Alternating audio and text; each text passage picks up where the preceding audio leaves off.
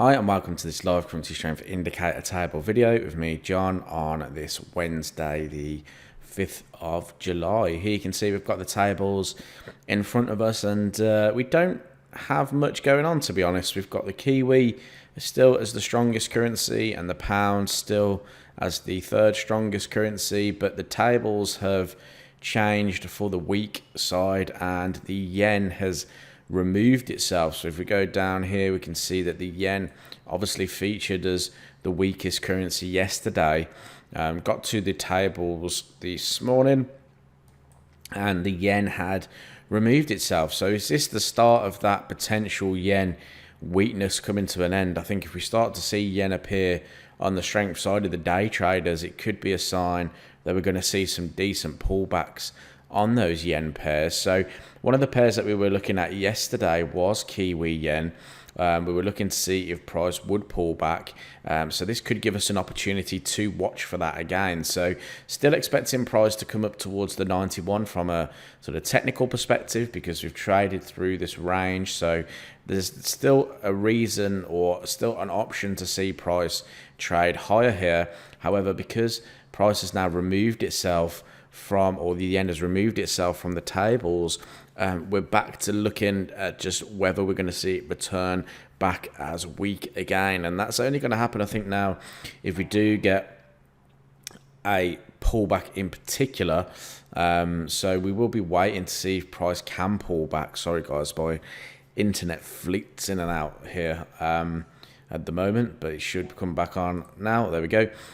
So just looking to see if we do get any kind of serious pullbacks here. You can see on the 4-hour time frames loaded in now, and it does look like we could pull back to that 89 handle, which is where we were looking at potentials for yesterday, which is just through here. So that 89 could be the area that price comes back into. Now what we would need to see then is for price to come back down into that level of support just through here, and wait basically to see if the yen appears back on as a weak currency. One thing we can always look at as well is some trend line support. So just dropping a trend line support through there, that's quite a deep retracement though. So we're either going to see price come back towards the 89 and then continue on its way back to the upside, or we're going to see price trade a little bit lower here if we look at it from a daily perspective. But like I said, we really need to see yen reappear now on our day traders on the weak side if we're going to have any opportunity to trade this market higher once more. We have seen CAD come back to the top of the weak side of the table, so I am going to take a quick look at Kiwi CAD, because if it's topping the day traders table, that shows us that there could be some momentum with that market. So if we take a look at the weekly at the moment, we can see that Kiwi CAD has kind of bottomed out around about this 8050, 8060 area. No real sort of support and resistance looking left unless we kind of take in these two lows through here. With the level of interest for me was the 0 spot 8250. Now when price originally traded through this level, we did discuss the option of Kiwi to continue lower on a retest. So it did retest, it did drop 250 pips to the downside from there, but we haven't seen that momentum continue, and now we're starting to see a bit of a reversal. Now looking at it from a weekly perspective, we are technically at a weekly area of resistance, so I would like to see us trade through it in order to continue to look for the longs. Now, if I go to a lower time frame, again, you can see we're bullish through here on the daily, but we are approaching resistance. So I'm kind of looking to see, is there an area where price may come into where we can look for some support? And I have pointed out this 8150 area as a potential zone of interest. The reason why I like this is because we've kind of gone in a straight line, and that area here was kind of the area where we've consolidated before moving higher again. So I actually wouldn't mind seeing price come back down towards the 8150 for a move back to the upside, again depending on if Kiwi CAD can remain on the tables, and maybe if CAD comes onto the trend traders side as a weak currency, we can have all those confluences there for an opportunity there. But the 8150 is sort of the area of interest for me. Now, pound is also featured, so if we're going to take a look at sort of pound against anything at the moment, it's going to be probably pound CAD. Again, pound yen was something we watched yesterday. We were saying that, you know, price could potentially move to the upside here on pound yen. It doesn't look like that's going to be the case now. Price is now starting to move lower. So we're obviously starting to see a little bit of rumblings in the yen market. So if I actually just go on to dollar yen here, you can see that price rejecting that 145 handle at the moment.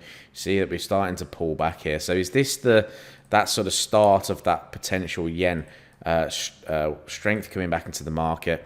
I don't think it's going to be quite that, but could it just offer a short-term pullback? I think if we trade below 144 or this low at 143.95, then I think that's going to be pretty much a move back to the downside here for the the dollar yen, sorry, which could cause obviously the yen to strength across the board.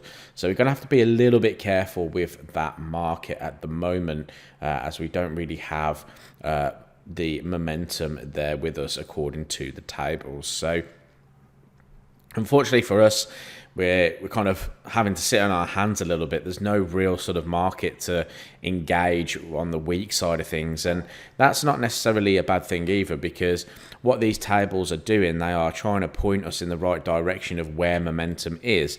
And if there is no particular momentum anywhere, then that means that there is sort of no real opportunities for us to be able to get our kind of trading style involved with the market. And you know, that's not a bad thing, because what it helps us to do is stay out of the market. And if we stay out of the market, guess what? There's no risk in the market, and if there's no risk, we can't lose any money. So the point is, we want to trade at those high probability, most efficient times, right? So the most efficient entry points.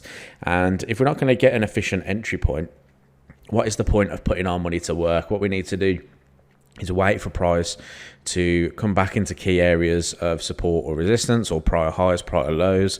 What we need to do then is wait for the tables to show us that there is momentum within the market that we are looking to trade, and then compare them up and trade that market. But at the moment, we have no tradable market really according to the tables, so we're going to have to sit on our hands a little bit, unfortunately.